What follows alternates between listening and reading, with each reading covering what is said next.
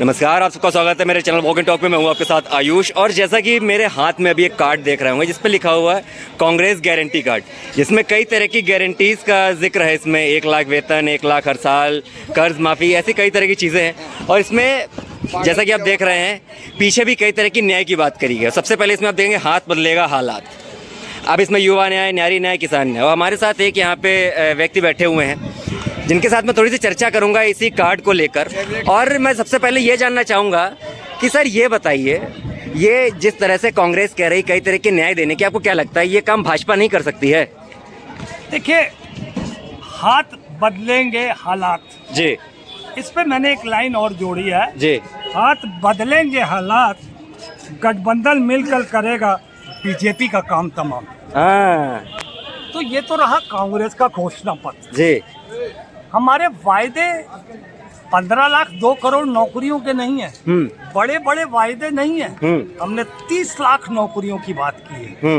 हमने 1 लाख महिलाओं को देने की बात की है, 1 लाख युवाओं को देने की बात की है। शिक्षित जो है पुरुष हैं, जो लड़के हैं पढ़ के आएंगे, उन्हें 1 साल तक का वो देंगे, आगे उनका अपनी पढ़ाई के ऊपर है। जी जी जी। और किसान को जो किसान की मशीनरीज है उस पर टोटली जीएसटी हटा दिया गया। कई ऐसी चीजें हैं जो रोजमर्रा की जिंदगी में जो जीएसटी लगा हुआ था उसको भी पूरी तरीके से हटाएंगे। और कई तरीके से महिलाओं के जो है हित की बातें की गई हैं। पहली नौकरी पक्की, 1 लाख की अप्रेंटिसशिप, ठीक है।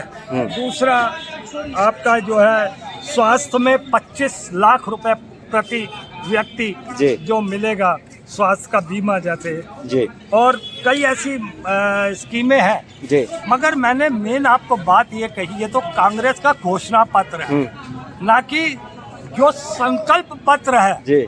दरअसल मोदी का वो संकल्प पत्र नहीं है, षड्यंत्र पत्र है। जिस तरीके से 2014 में 15 लाख खाते में और 2 करोड़ नौकरियां, ये सब षड्यंत्र था। जैसे कि अमित शाह ने कहा ये तो सब जुमला है।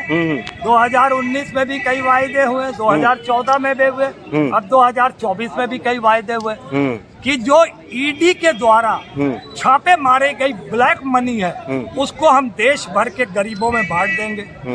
तो भैया आप चुनाव से पहले क्यों नहीं वो रकम बांट देते? फिर बाद में आएगा अमित शाह, कहेगा मैंने तो पहले ही कहा था ये जुमला, फिर चूतिया बन गई जनता देश की, फिर मोदी को ले आई।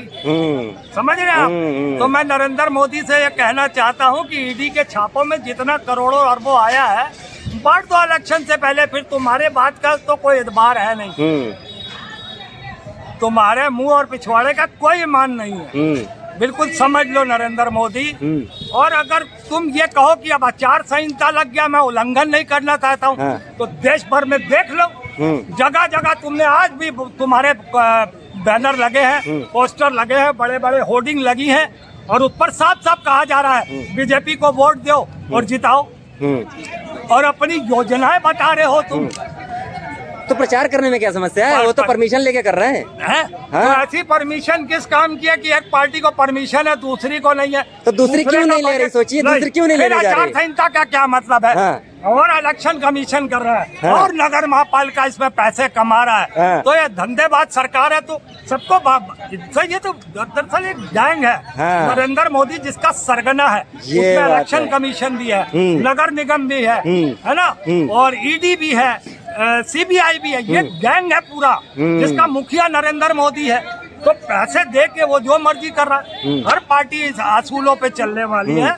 वो ये कहती है आचार संहिता का हम उल्लंघन नहीं करेंगे, हम देश की जनता के साथ दगा नहीं करेंगे। हम इसीलिए कह रहे हैं जो ये कांग्रेस का मैनिफेस्टो है ना, ये ईमानदारी पे लिखा गया। इस पे मेरा एक सवाल रहेगा, जैसा आपने कहा कि जो भाजपा का संकल्प पत्र है वो षड्यंत्र पत्र है। षड्यंत्र पत्र क्या आप किस बात की आप क्या गारंटी देते हैं कि जब कांग्रेस अगर मान ली सत्ता में आती है वो षड्यंत्र नहीं करेगी? तो आपने एक बात बताइए, आप ये कहते हो, कांग्रेस ये कहती है कि जितना भी रही भाजपा अपने शासन काल में, तो आपने तो कह दिया आते ही 14 में कि कांग्रेस ने तो कुछ किया नहीं, कांग्रेस ने तो कुछ किया नहीं। तो भाजपा 10 साल से बेच क्या रही थी? सारी सरकारी संस्थाओं को आपने बेच दिया। अगर सरकार ने कुछ किया ही नहीं था कांग्रेस ने, तो आप 10 साल से बेच क्या रहे थे? तो अब रही बात गारंटी की कि हमारी गारंटी पक्की है कि नहीं। तो मैंने पहले भी आपसे कहा शुरुआत में ही कि हमने बड़े बड़े झूठे वायदे नहीं किए, बड़े बड़े वायदे नहीं किए हमने कि जो झूठ साबित हो। हमने अपनी हैसियत के हिसाब से अपनी पार्टी के पूरे ग्रुप में बात करने के बाद हमने ये तय किया कि हम इतना इतना देश की जनता को देंगे। हमने झूठ नहीं फैलाया और हम उस आधार पर चल रहे हैं। और यकीनन देख लीजिएगा, ये फिर से एक बारी फोटो दोनों तरफ का मैं दिखाना चाहूंगा कि इसको आप कर लो। और फिर से ये आप सुन लो कि हाथ बदलेगा हालात, गठबंधन मिलकर करेगा बीजेपी का काम तमाम। तो इसी के बाद मैं अपनी बात को समाप्त करता हूँ। जय हिंद।